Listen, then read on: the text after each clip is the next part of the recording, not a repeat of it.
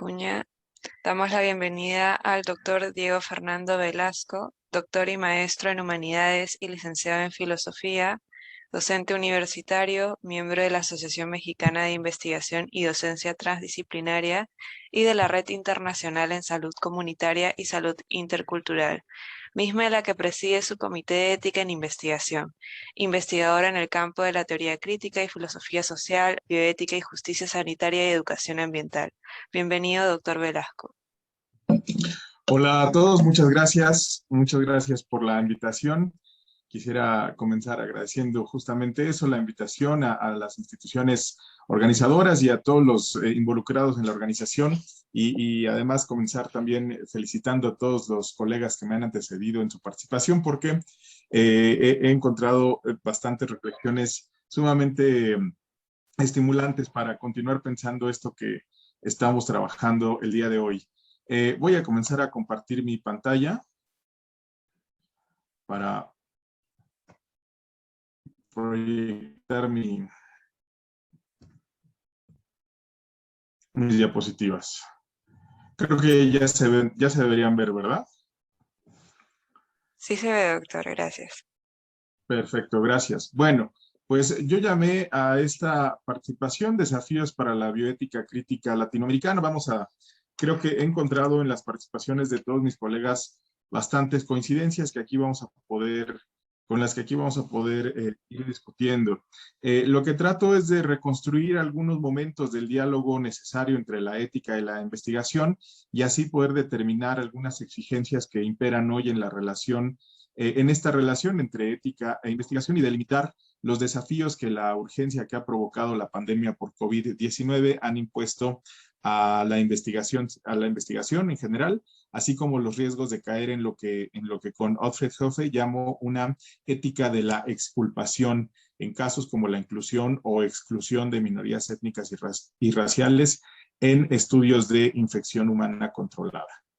De entrada me planteo la cuestión de por qué insistir en la ética de la investigación. Tal parecería que por lo menos desde el final de la Segunda Guerra Mundial y desde que descubrimos todo lo que sucedió en los campos de concentración alemanes y japoneses, los juicios de Nuremberg, la declaración de Helsinki, parecería que la ética de la investigación es algo dado, es algo que la investigación acepta y además asume como parte de su propio trabajo. Sin embargo, una de las cuestiones que podemos ver es que a pesar de que existan todos estos documentos normativos internacionales, que todos los países tienen ciertos documentos también normativos dentro de sus propias legislaciones, es cierto que los riesgos de la investigación actual, la llamada investigación de frontera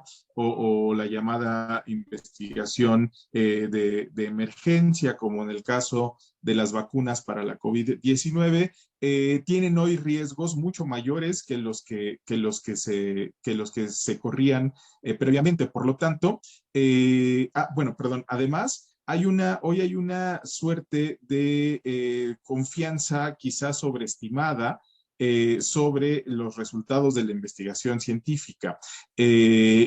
Sabemos, sí, que la ciencia y la investigación científica es la forma más legítima de producir conocimiento sobre el mundo.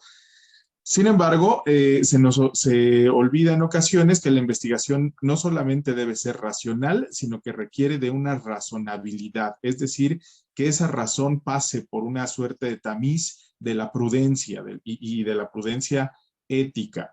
Los tres momentos que quiero reconstruir son los tres momentos, digamos, por los que ha pasado la investigación científica en la Grecia clásica, durante la Edad Media y en la etapa del nacimiento de la modernidad. Voy a ser muy breve con esto. Durante la Grecia clásica, lo que quiero reconstruir aquí es este diálogo entre investigación y ética, ¿no? Siempre se ha dado, siempre ha estado presente y por lo tanto tenemos que ver en qué momento nos encontramos hoy. Durante la Grecia clásica, entonces, este diálogo partía de la idea de que los seres humanos tenemos una curiosidad prácticamente innata, ontológica. Aristóteles lo plantearía casi como una curiosidad ontológica por conocer el mundo. Los seres humanos tenemos esta necesidad de conocer el mundo y por lo tanto la investigación forma parte de nuestra propia no solo de nuestras capacidades, sino incluso de aquello que los seres humanos buscamos para llegar a cumplir con los fines vitales que de alguna forma garantizan el sentido de nuestra existencia. Por lo tanto, para la Grecia clásica, la investigación era una investigación libre en el sentido de que sus resultados no estaban al servicio de cumplir prácticamente con ningún fin. Era una suerte de conocer por conocer. Y si había una forma de investigación que sí tenía un fin, era la investigación médica. Eso lo va a reconocer Hipócrates y de ello vamos a hablar más adelante cuando hablemos de la ética del control. El segundo momento es el momento de la Edad Media, en el que este diálogo entre la investigación y la ética más bien se convierte en una suerte de diálogo medio ríspido, medio censurador, en el que autores como Agustín de Hipona, por ejemplo, plantearían que la investigación y esta curiosidad que movía a la Grecia, durante la Grecia clásica a los seres humanos a buscar el conocimiento de las leyes de la naturaleza, para autores como Agustín, esto más bien es una muestra de la concupiscencia en la que los seres humanos somos capaces de caer, porque lo verdaderamente importante sería dirigir nuestra curiosidad a la búsqueda de las condiciones y de las características y de las leyes divinas. Y no de las leyes de la naturaleza. Así que ahí el diálogo se vuelve más bien como una especie de censura hacia esta forma de pensamiento religioso que se instauró prácticamente durante toda la Edad Media.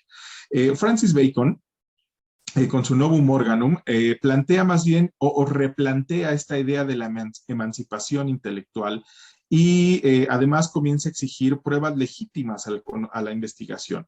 Para que el conocimiento científico sea científico, entonces requiere de tener pruebas legítimas, pruebas que se obtienen sobre la base de un proceso experimental. Y aquí entonces la relación y el diálogo entre la investigación y la ética se hace mucho más compleja. Estas pruebas legítimas que se obtienen mediante procesos experimentales implican una intervención sobre el mundo de la naturaleza y sobre la propia naturaleza humana, en la que ahora es importante que quien investiga y por lo tanto quien interviene experimentalmente en el mundo de la naturaleza cumpla con ciertos criterios de ciertas condiciones éticas que aseguren que esa intervención no será una intervención nociva.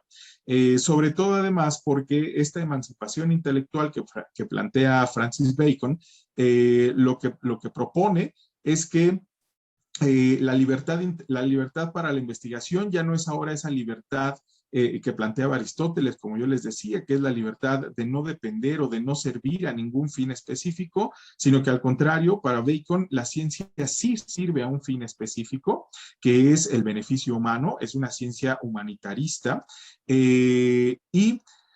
pero ese servir a la propia humanidad le da cierta libertad o la emancipa en el sentido de una emancipación metodológica. El que investiga ahora es libre de convertir en fenómeno de investigación prácticamente cualquier cosa que pueda existir dentro de la naturaleza y además de establecer sus propios métodos y los propios procesos experimentales mediante los cuales va a obtener estas pruebas legítimas.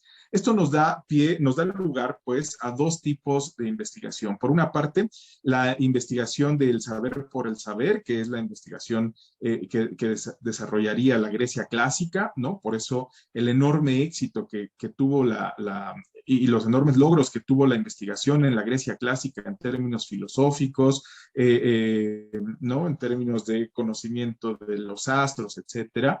Y por el otro lado, tendríamos una investigación humanitarista, el saber que está al servicio de la mejora de la vida humana. Hoy, entonces, tendríamos que preguntarnos en qué momento nos encontramos. La investigación hoy es una investigación humanitarista. Si bien hay algunas áreas de la investigación que no cumplen o no persiguen un fin práctico específico, al final de cuentas, el resultado de esa investigación tiene aplicaciones tecnológicas o tiene aplicaciones que se convierten en algún beneficio para la vida humana. De tal manera que estamos en una etapa en la que la investigación humanitarista es pues la característica esencial del trabajo que la ciencia desarrolla hoy. Ahora, en esta ética humanitarista, ¿cuál es el diálogo en el que nos encontramos? Bueno, el diálogo entre la ética y la investigación. Les comentaba yo que Hipócrates reconoció que la investigación médica sí tiene una aplicación directa sobre una finalidad que es el cuidado de la salud, el cuidado de los seres humanos, pues, y como tal, Hipócrates pudo reconocer que en esa práctica de un saber que sí tiene una aplicación final, ¿no? Que sí tiene una aplicación directa, no como el saber por el saber que perseguía la filosofía, por ejemplo. Entonces, Hipócrates establece lo que todos conocemos hoy como el juramento hipocrático, pero lo que estableció él específicamente son estos dos principios de la ética hipocrática, que podemos llamar una ética del control, que con algunas modificaciones siguen vigentes hasta el día de hoy.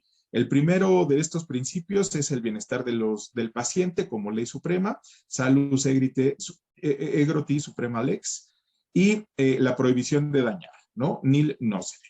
En distintos planteamientos de la bioética o en distintos planteamientos de la ética de investigación o de la ética médica, estos principios siguen funcionando y siguen teniendo una suerte de vigencia que les da pie o le da pie más bien a estas tres líneas que acabo de comentar, ¿no? La bioética, la ética de la investigación o la ética médica.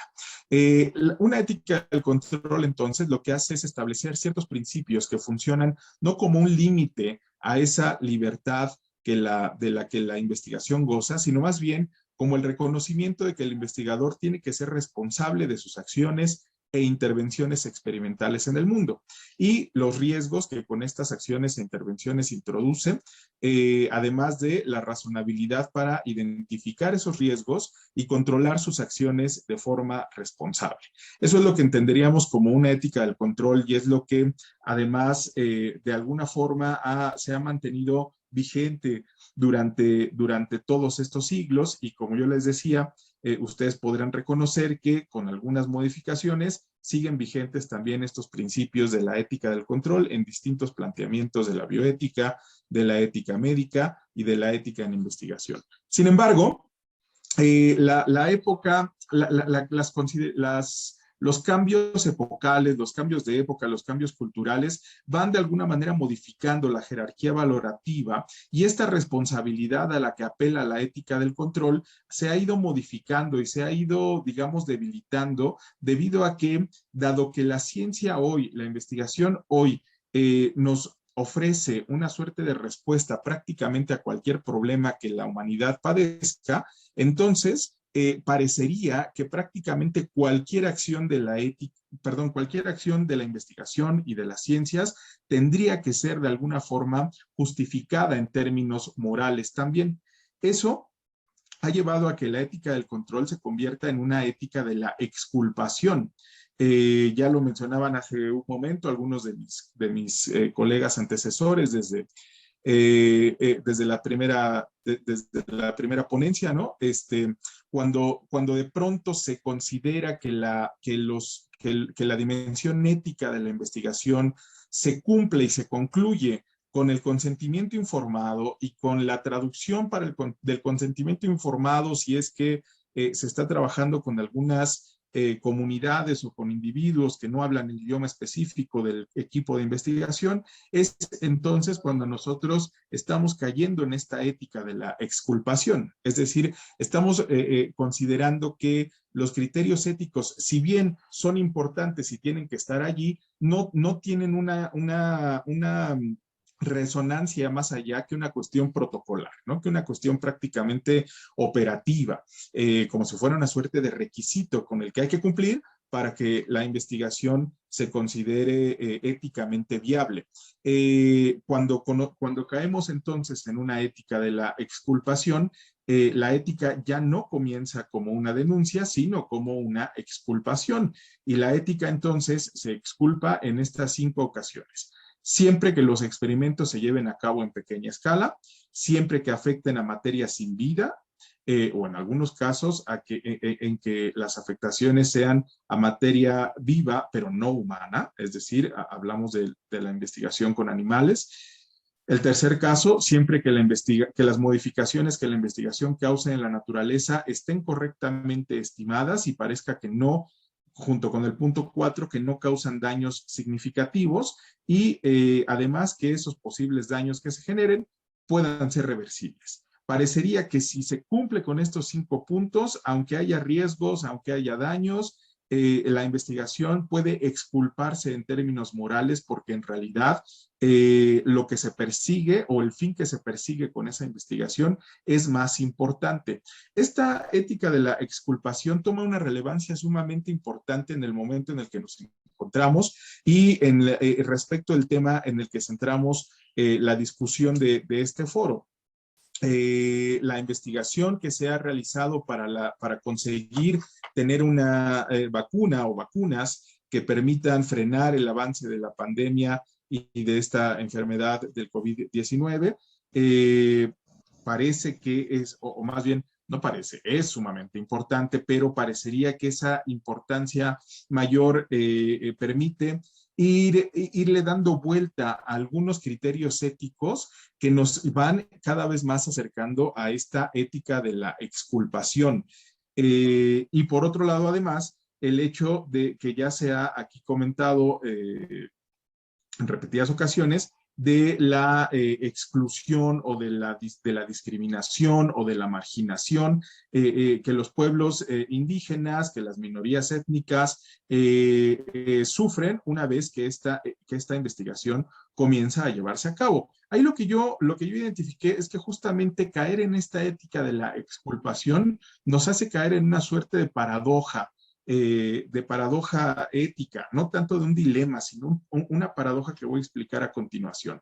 Y para explicarlo, voy a echar mano de este caso de los estudios de desafío humano o de los estudios de infección humana controlada, que son estrategias epistemológicas, metodológicas en la investigación médica a las que se han recurrido en este proceso de conseguir una vacuna contra la COVID-19.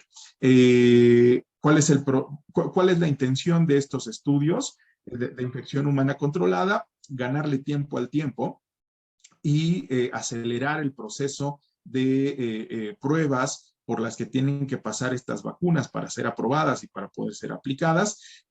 Hay argumentos a favor o en contra de los que voy a hablar a continuación de manera más o menos rápida. ¿Y cuál es el problema en esta tensión entre epistemología y ética o entre investigación y ética?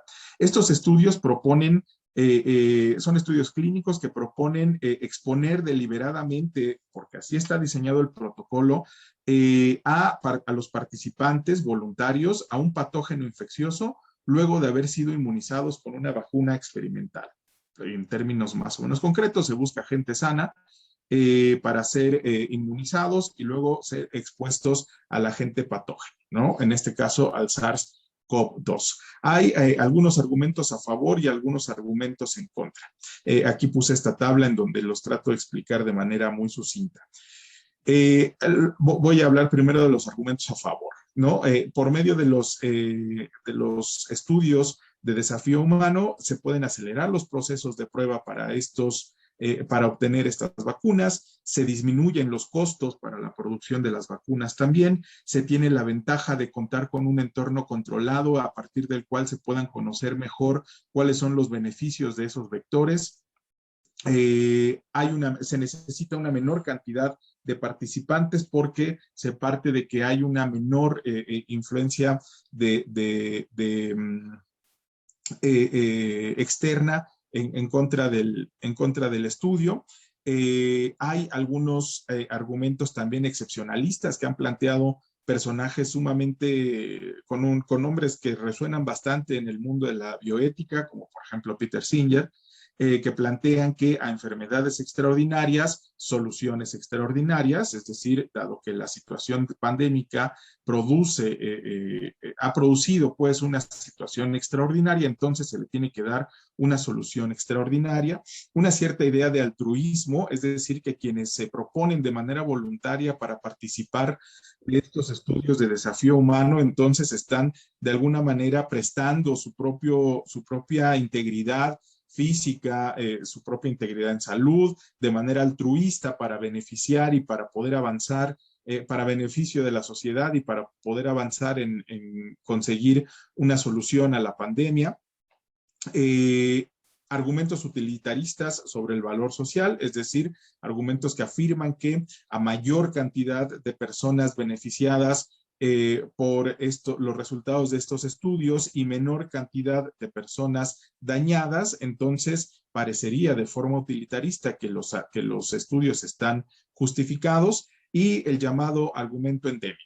Este es sumamente particular para el caso que estamos tratando, porque el argumento endémico afirma que para estos estudios de desafío humano se puede echar mano o se puede convocar a aquellos participantes que ya de por sí, por la zona en la que viven o por el lugar en el que habitan, tienen una exposición mayor al patógeno, o por las condiciones de vida en las que se encuentran, las condiciones sociales, tienen una exposición mayor a verse, a enfermar, ¿no? A verse afectados por el patógeno en cuestión, en este caso el SARS-CoV-2 y la COVID-19, y porque participar del estudio de desafío humano le permite disminuir ese riesgo, y además, en algunos casos, hasta ganar inmunidad o obtener inmunidad una vez que se ha participado del estudio, ¿no? Esos son los argumentos a favor. Los argumentos en contra son, primero, que la incertidumbre acerca del efecto patogénico del SARS-CoV-2 y, por lo tanto, el enorme desconocimiento que tenemos de las consecuencias del virus a corto y a largo plazo. Es decir, no sabemos si, aun que se tenga éxito en el proceso de inmunización, en el estudio de desafío humano, haber sido enfermados con este patógeno vayan a causar efectos nocivos a largo plazo, para los cuales el proceso de investigación ya no va a tener una solución, porque en este momento y dentro del protocolo no estaban previstos.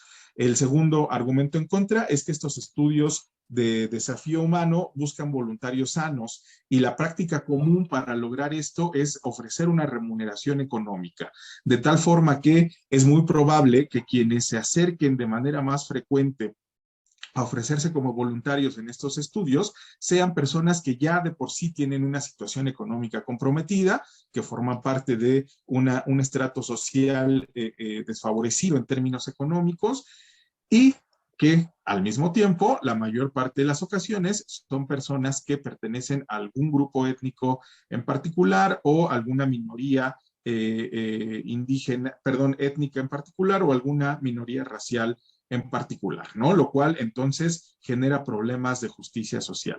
En tercer lugar, el llamar a estos estudios de infección humana controlada, esta etiqueta del controlado, podría ser o podría lanzar un mensaje engañoso a quienes se ofrezcan a participar voluntariamente de estos estudios, dado que podría parecer que hay un control de los riesgos. Sin embargo, los dos primeros argumentos aquí en contra nos permiten ver que no necesariamente hay un completo control de estos riesgos. Además, en algunos casos, esos riesgos tienen que ser digamos, supervisados durante cierto tiempo por el equipo de investigación, pero por ejemplo en Estados Unidos los equipos de investigación no adquieren ninguna responsabilidad si hay riesgos o si hay consecuencias a largo plazo, lo cual es engañoso, aunque un proceso de consentimiento informado lo informe o lo explique, ¿no? Aún así, no hay una obligación legal al respecto. El cuarto argumento en contra es un problema de validez externa. dado que no hay una certeza de que estos estudios de desafío humano puedan disminuir verdaderamente las tasas de supervivencia o de recuperación de quienes se han visto más afectados por el COVID-19, por lo menos en una primera etapa, que eran los ancianos, personas con algunas comorbilidades, enfermedades crónicas, ¿no? ¿Y por qué? Aquí se buscan personas sanas, entonces ahí se genera un problema de validez externa respecto de la coincidencia que puede haber o la consonancia que puede haber respecto de los resultados y de los beneficios que esto presenta. En tercer lugar, perdón, en quinto lugar, una falta de certeza de que los participantes ganarán inmunidad al participar en el estudio de desafío humano. Respecto de la COVID-19, todavía no hay ninguna certeza de si enfermar con COVID-19 genera inmunidad a largo plazo para quienes han enfermado. Lo más probable ahora es que no, sino que esto haber enfermado con COVID-19, una persona que enfermó, perdón, con COVID-19, al poco tiempo puede volver a verse infectada, dadas las variantes que se han dado de manera muy acelerada en el virus.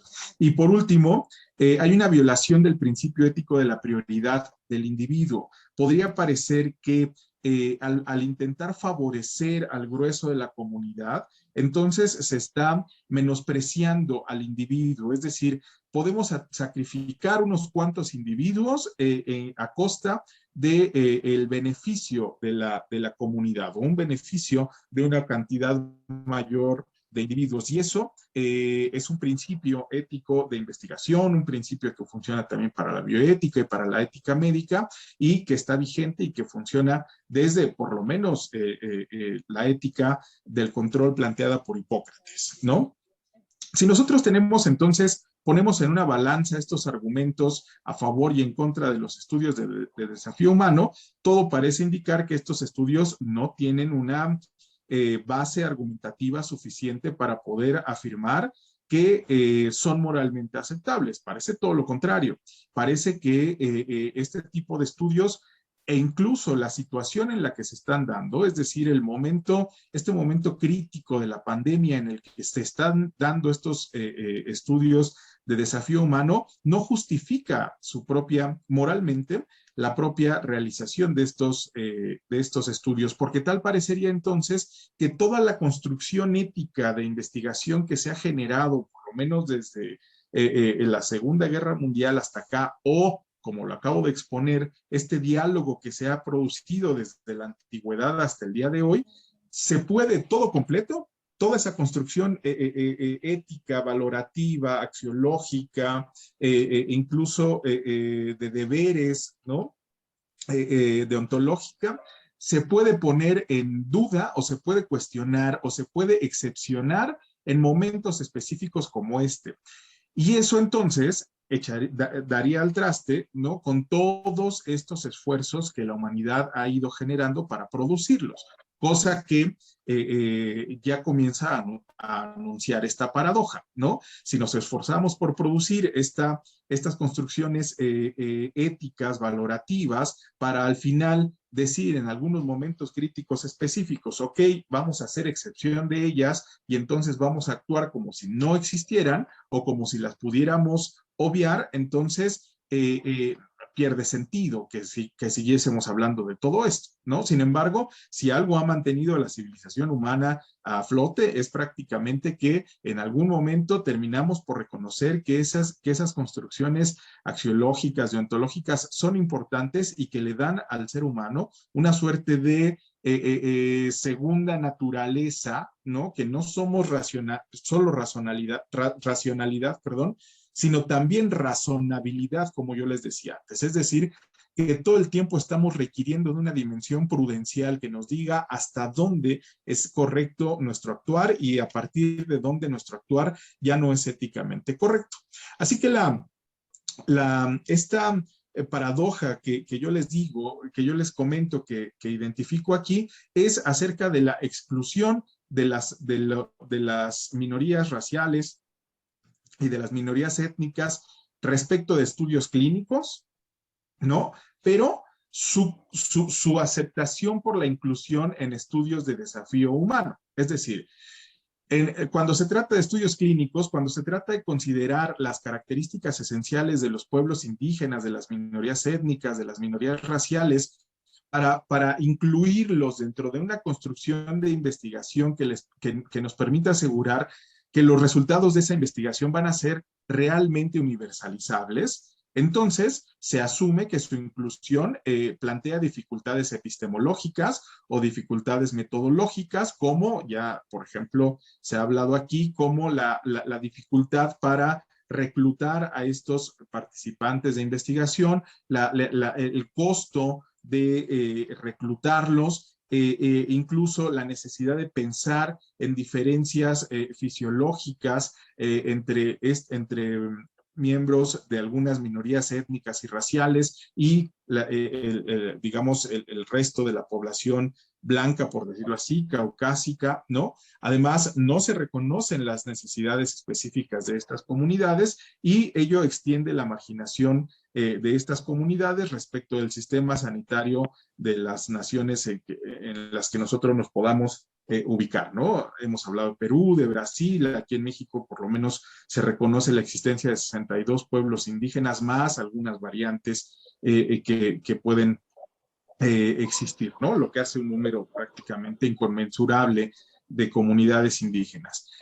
Y mientras que los estudios clínicos entonces excluyen a estas minorías usando estas premisas, ¿no? Como la construcción de este argumento grande, al final de cuentas, vemos que en otros casos, en el caso de los estudios de desafío humano, es prácticamente aceptable que sean esas personas quienes se arriesguen o quienes se vean expuestas al riesgo de participar de ese tipo de estudios, porque, como les decía, al final de cuentas, quienes se presentan como voluntarios en estos estudios suelen ser personas que lo que buscan más bien es el acceso a la remuneración económica que se ofrece por la participación en el estudio y, por lo tanto, quienes lo buscan es quienes tienen ya una condición económicamente comprometida, que normalmente, sobre todo en los países de América Latina, son personas que pertenecen a alguna minoría racial o algún grupo étnico en particular, ¿no? Que además tampoco es que tendríamos que llamarles minoría. En la mayoría de nuestros países hay una gran cantidad de personas que pertenecen a este tipo de grupos étnicos, ¿no? Pueblos indígenas.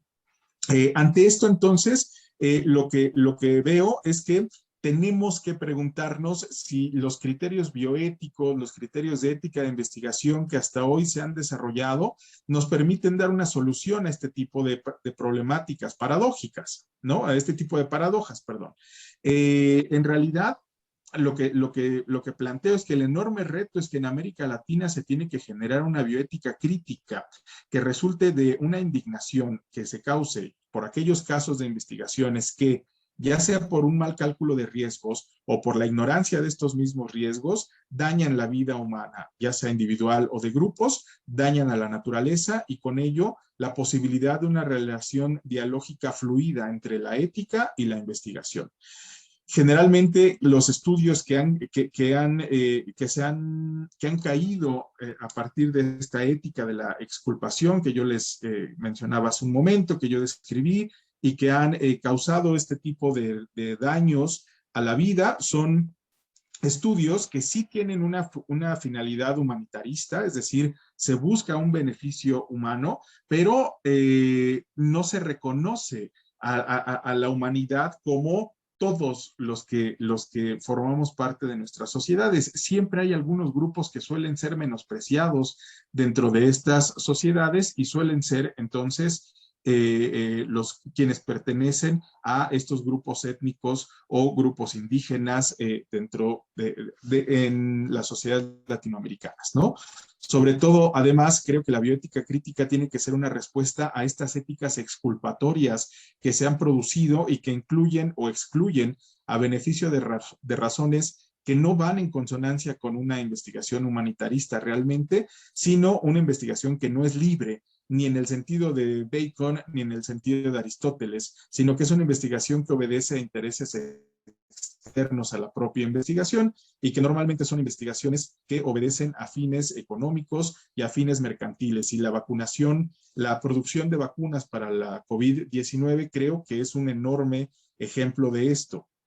Son los esfuerzos que se han dado en términos de investigación para ello, todos han sido financiados por distintos países, pero para laboratorios privados, ¿no? Y además la distribución que hemos podido ver o las políticas de distribución de esas vacunas también parece que obedecen sobre todo a intereses económicos e intereses mercantiles. Entonces, tendríamos que pensar una bioética crítica como una ética de crítica a la ideología.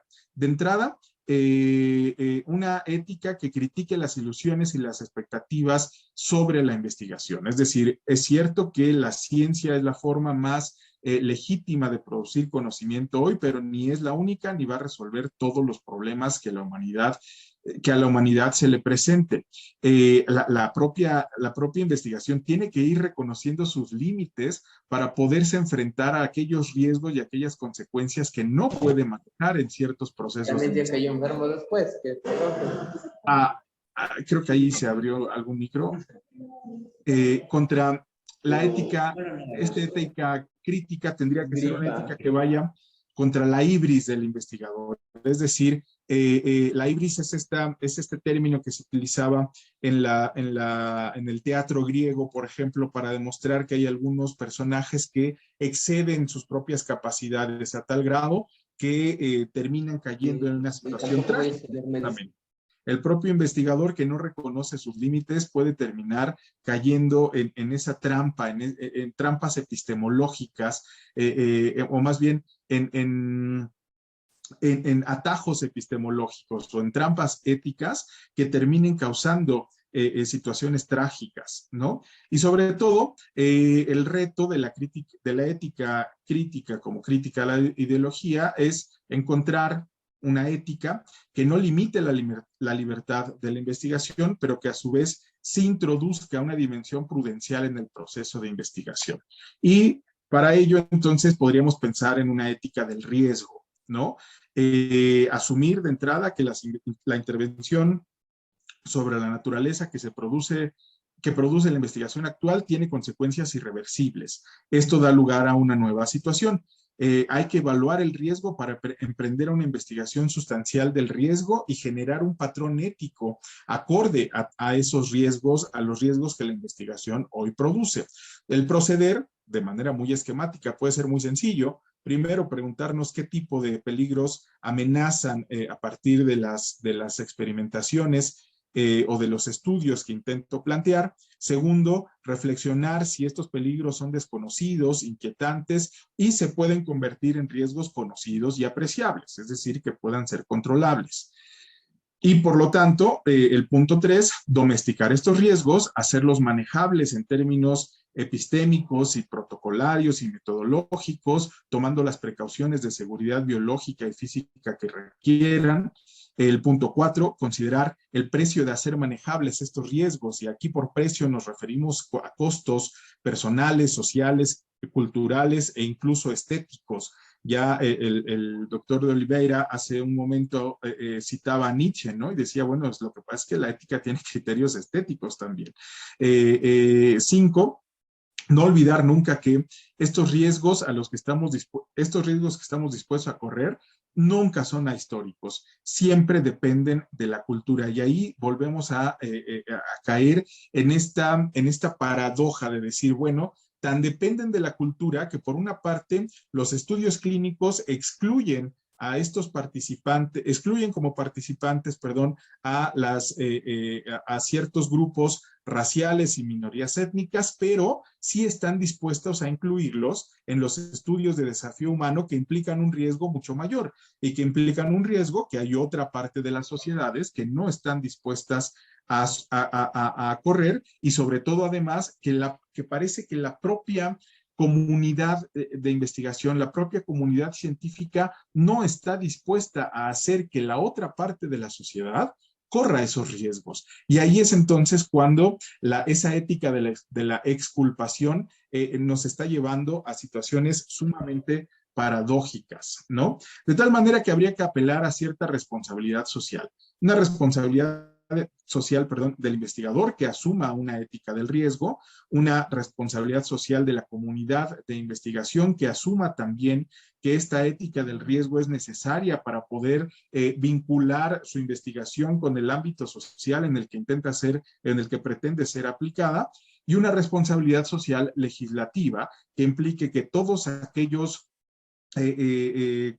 aquellas construcciones normativas, legales, en los distintos países, sobre todo de América Latina, cuiden y protejan que todas aquellas instituciones de investigación que pretendan incluir a minorías étnicas o a minorías raciales, lo hagan no bajo los criterios de una ética de la exculpación, sino más bien de los criterios de una ética del riesgo mínimamente, ¿no? O algunas otras posturas que seguramente se pueden sumar a esto que yo llamo una bioética crítica, es decir, una bioética que denuncie de manera tajante estas posibilidades de que la misma investigación científica, por más que tenga fines humanitaristas, puede caer peligros, en peligros bioéticos, ¿no? Aquí transcribí completamente el artículo 14 de la Declaración Universal de Bioética y Derechos Humanos, que es el artículo sobre responsabilidad social y salud, y me voy a permitir leerlo tal cual para no sumar ni restar a lo que el artículo en sí dice. Uno, la promoción de la salud y desarrollo social para sus pueblos es un cometido esencial de los gobiernos que comparten todos los sectores de la sociedad. Y ahí está incluida, claro que la comunidad científica. Y dos, teniendo en cuenta que el goce del grado máximo de salud que se puede lograr es uno de los derechos fundamentales de todo ser humano, sin distinción de raza, religión, ideología política o condición económica o social, los progresos de la ciencia y la tecnología deberían fomentar a el acceso a una atención médica de calidad y a los medicamentos esenciales, especialmente para la salud de las mujeres y los niños, ya que la salud es esencial para la vida misma y debe considerarse un bien social y humano. B, el acceso a una alimentación y un agua adecuadas. C, la mejora de las condiciones de vida y del medio ambiente. D, la supresión de la marginación y exclusión de personas por cualquier motivo. Y E, la reducción de la pobreza y el analfabetismo. Si nosotros quisiéramos encontrar una especie de luz, de faro que nos diga hacia dónde tiene que dirigirse una bioética crítica, que no sea una ética de la exculpación y que más bien nos permita ir hacia una ética del riesgo y hacia algunas otras posturas que nos permitan dar pie a esa postura crítica que estoy buscando, yo creo que es este documento y es específicamente este artículo el que nos dice hacia dónde tendrían que dirigirse los caminos. Este tendría que ser como nuestro punto en el horizonte, el punto que perseguimos con todas las acciones de investigación científica, ¿no? Bueno, por un lado, además, creo que lo estoy diciendo no frente a una comunidad en donde suena a oídos sordos, no, sino creo que todos los que estamos aquí hoy presenciando este evento, de alguna manera estamos poniendo en práctica esta responsabilidad social y eso me alegra, lo festejo y además me enorgullece formar parte de una comunidad así, pero por otro lado, pues hay que voltear a mirar a todas aquellas comunidades científicas de investigación que no han reconocido la necesidad de este tipo de posturas, ¿no? Entonces, ya para concluir, lo que planteo es que este diálogo entre ética e investigación debe ser un diálogo fluido y reconocer que es necesario siempre, que no es posible desde la altura moral que pretendemos asumir en esta época, no es posible una investigación fuera de una dimensión ética, pero sobre todo fuera de una dimensión ética crítica, que implique una fuerte importancia para la responsabilidad social del investigador, de la comunidad de investigación y de los aparatos legislativos que regulan la creación de normas incluyentes de la diversidad étnica y que exijan su cumplimiento por parte de los institutos de investigación.